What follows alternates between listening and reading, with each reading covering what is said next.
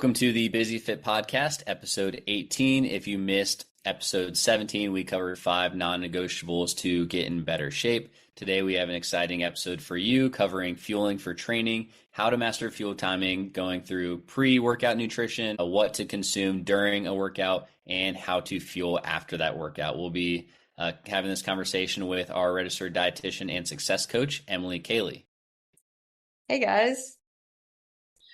So many people get wrapped up in, making sure they're hitting their macros throughout the day or making sure they're eating the right things, but they're not necessarily factoring in how when they're eating those nutrients actually impacts both their success in that workout and what the actual long-term benefit they get from it is.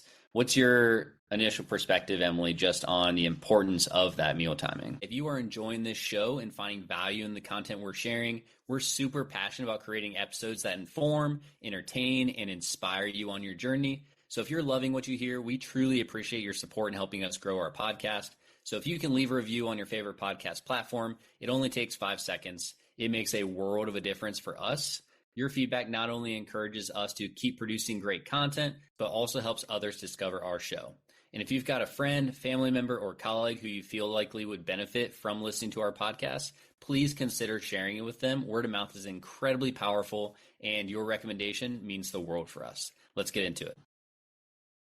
Yeah, that's a really great question.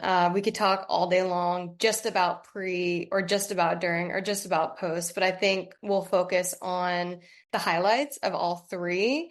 I think when a client comes to us, they are really wanting to optimize their nutrition. And I think they don't usually think about fuel timing and how important that is. They're focused on how many calories should I be eating? What kind of macronutrient breakdown should I be focusing on? And really, one of my first questions to them is, when are you training? Are you training in the morning? Are you training in the afternoon? Are you training in the evening? Are you doing 2-a-days? Because this is really going to decide where we're placing their calories and their macros. And then we kind of go from there. So fuel timing could absolutely help our clients reach their body composition goals, make sure they have enough energy during training, and really make sure that they're recovering properly. So that's really one of the first things that I ask so that we can place their food around their training time. The most important question, kind of just to start with, is why? Like, why is it so important that that is a factor when considering when they're going to eat? The body is asking for certain nutrients at certain times, especially around training time. Before training, we really want to make sure that we have enough energy to get through that training and do what we want to do to gain lean body mass and possibly lose fat mass.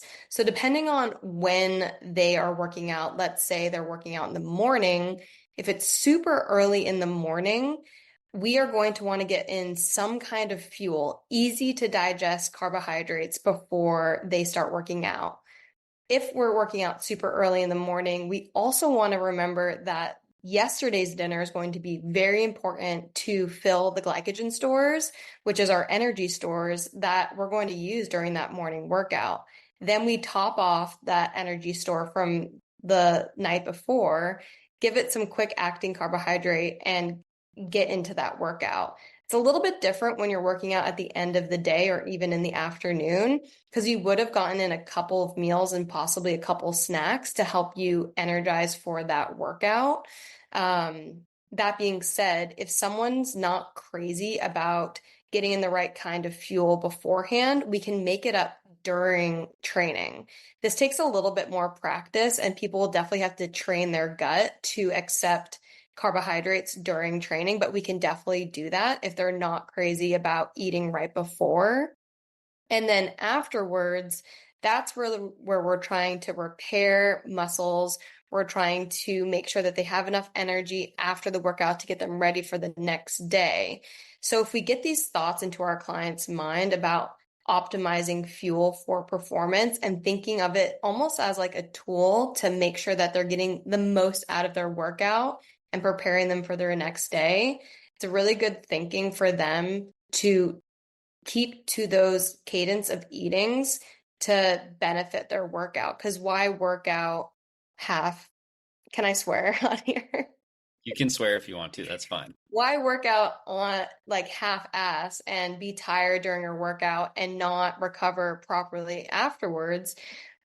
Why work out, why work out at all if we're not going to take advantage of the full entire workout and what you can get through it with fuel? It might take a little bit of rescheduling fuel timing, but typically pre-training, we want to get in a nice balanced meal of lean protein, some smart carbohydrates, so things that digest easily, and some color about 2 hours before a workout. This is going to give you plenty of time to digest. And then about a half hour before your workout, you can just focus on carbohydrates. So easy to digest carbohydrates like a squeezy applesauce or a banana. You might even be able to pair it with a little bit of protein. That being said, everyone's very, very different. Some people can house down a full meal an hour before and take on all that fiber, take on some good protein and digest. Some people definitely need a lot more time to digest. And then, like I said, during fuel, some people are not about eating during their workout or in between sets. Some people want to get that fuel burst. And then post-workout, is ideal within an hour to get a well-balanced recovery meal. After a workout, your blood is rushing through your body really quickly. It's asking for nutrients. This is the perfect time to give your body these nutrients to restore and regenerate for the next workout. So if you miss that hour window or so, you're missing the perfect opportunity to recover, and your body's going to look for these nutrients within, and you don't want it taking from what you've already worked on. So general rule of thumb, 2 hours before a workout, get in a nice balanced meal, a half hour, get in a nice carb source to top off that fuel, play around with during fuel carbohydrates, and then post, get in a nice balanced meal within an hour. If you can't within an hour, get in a nice recovery snack of something like protein and carb, and then hit that meal within an hour, hour and a half if you get that recovery snack in. We have a ton of clients, including myself, actually, where I wake up at 5 a.m. I'm usually out the door, headed to the gym by 5:20, 5:30, and I work out from like 5:45 to 6:15, 6:30-ish. What are some examples that would be beneficial to have during that time? And including the fact that I'm not drinking caffeine, so I'm not taking any supplements. But what are some things that naturally I can do just kind of help me boost energy and feel better during that morning session? Yeah, and you said it. You said energy, right? And caffeine is not energy. It's kind of like fake energy. So energy is coming from your fuel. So this is a perfect example of someone who's working out super early and is really going to benefit from the night before their dinner. So we really want to make sure that that's balanced. It has plenty of carbohydrates, good amount of protein, good color to fill those glycogen stores. You're going to use that fuel from that dinner for that workout primarily. If you're not a big eater right before, your workout and you're getting up at 5:30 and it's super early, we're going to focus mainly on carbohydrate sources. Again, everybody is super different for what you can handle as far as like fiber goes. But one of the easiest things that you could do, especially if it's super early, is you've already made overnight oats in the fridge and you could just pull it. It's actually really satisfying. It's cold. It could be sweet. It could be savory. But overnight oats can be as easy as a bowl or a glass or a jar with a little bit of raw oats, your favorite plant-based milk or regular milk, or just water if you want. Any kinds of spices like cinnamon or nutmeg, a little bit of salt, any kind of dried fruit, chia seeds, any kind of like whole fruit, like fresh fruit, like berries. You could play around with peanut butter, honey, maple syrup. Just pull it, you down it in a couple bites, pair it with some water, and you're good to go. Something way simpler could be a banana. Banana has like 30 grams of carbs. It's easy to digest, and you can eat it on the go. And then some people can definitely play around with like Nutri-Grain bars on the go.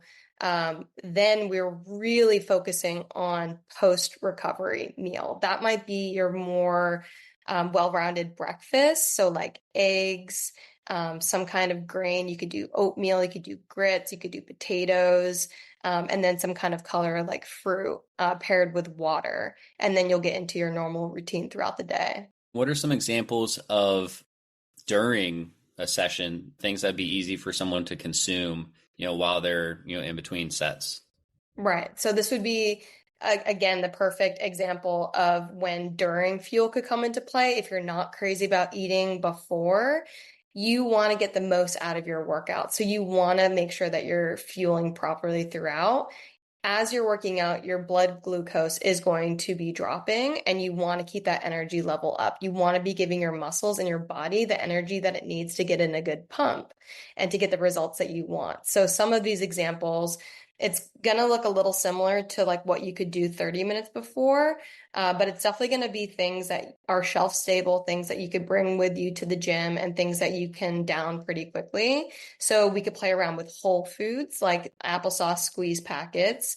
We can play around with fruit like bananas easy, pears are easy, apples easy, orange slices are easy. We can also play around with liquid calories as far as like sports drinks go. So like Gatorade or any of your electrolytes plus carbohydrate sources. You could play around with gels, you could play around with goos, you could play around with chews, any of those supplements as well. Um, all depending on your preference. And you might find, and this comes with practice, this comes with you actually bringing it to the gym and seeing how your body and your mouth reacts to it. You're going to find that your food preferences and your taste buds actually change when you're working out. So when you're hot and when you're sweaty and when you're in it and the endorphins are running, these supplements or these whole foods might taste a little different. So you might not want something super sweet, or you might want something super sweet. It comes down to you. So take a couple things to the gym in the next week or two and play around with what works best. And you want to be excited about eating it. It should not feel like a chore. It should not feel hard. And it should be easy to digest, causing no GI problems and giving you a nice pump. For the person that is looking to build muscle and lose fat, they probably hear, okay, I'm going to eat this thing while I'm trying to do something that's going to help me lose fat. What's your response to that for that person that's just like really hesitant to either consume beforehand? They'd rather be fasted, and they're probably even more nervous about consuming during a session.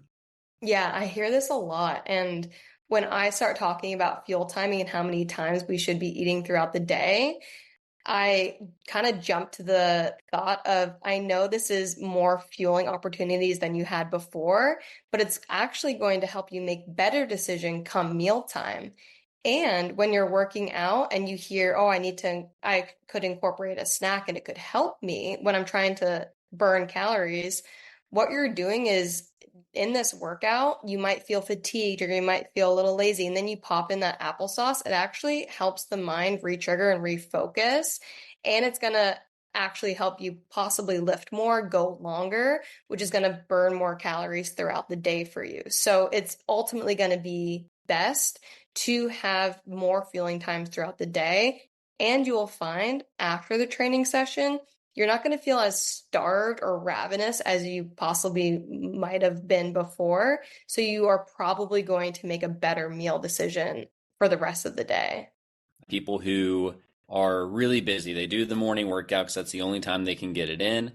They pack a gym bag in the morning and then they're headed straight to work. And so in their mind, realistically, the next best meal they're going to have is lunch. And that may be 6, 7 hours after they've worked out. How would someone, one, make sure that they are replenishing and kind of taking advantage of that hour window? And two, how can they sustain that energy up through when they actually have time for that next meal? Yeah, this is a great question too, especially for our super busy clients on the run and also ones that travel for work and such. So we can do a combination of things. So for someone who is finishing up at the gym and then they're really not going to be able to have a substantial meal for another 6 hours, we really want to take advantage of those easy to carry, shelf stable foods that are going to keep them satiated, give their body what they need to get to that next meal. So We could take advantage of supplements at this time. So we could take advantage of bars. We could take advantage of whey protein. So if you're doing after a workout, whey protein with water, which you can keep in your shaker bottle, plus a banana, that's a perfect recovery snack to get you to your next meal.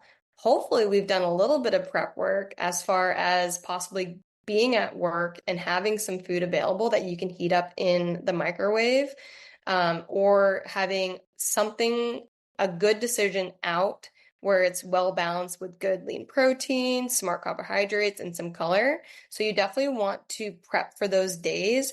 And hopefully those days are rare and not very frequent, because it's not the best way to fuel. But if we come to a place where you're having days like that super rarely, we just want to prep as much as we can. Keep things on you, keep some whey protein, keep some whole foods on you, keep some bars on you, and really making sure that you're getting in that energy right after your workout to get you to the next meal that's hopefully possibly with you at work that you could just heat up. I love that you mentioned planning and prepping because, and we've discussed this before, right? Where people just don't recognize the importance of not necessarily meal prepping for 6 hours on Sunday, but just going into the day with a plan for when they're actually going to get their nutrients in throughout the day.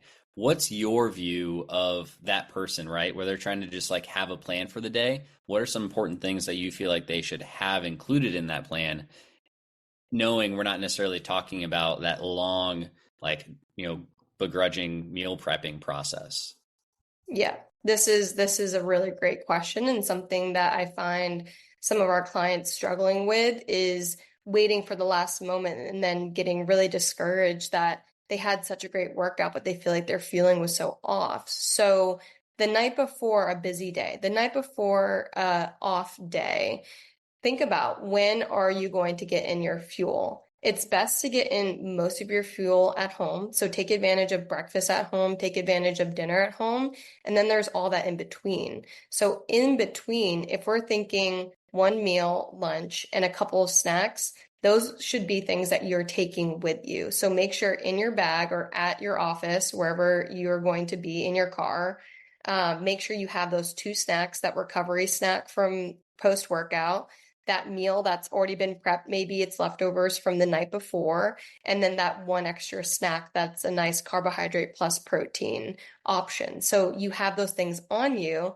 so that once you are finished your workout and you're on your way to work, Dunkin' Donuts doesn't look too appetizing, or McDonald's isn't too, what's the word, appealing, or you're not craving it. So you're having your snack on your way to work, so you're getting that satisfaction. You know that there's going to be a meal at work that you have prepped already, and then you know that you're going to get that snack in between lunch and dinner to get you to dinner, get you home, right? So it's all about making sure you have those things on you, and that might come from the prep that you do on the weekend so that you have the foods and the options in-house.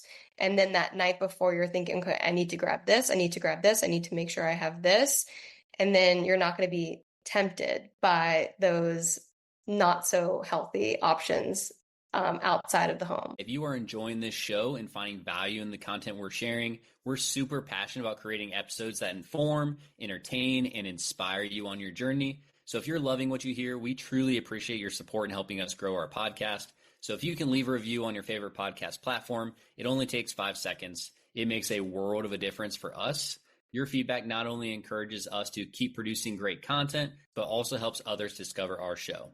And if you've got a friend, family member, or colleague who you feel likely would benefit from listening to our podcast, please consider sharing it with them. Word of mouth is incredibly powerful, and your recommendation means the world for us.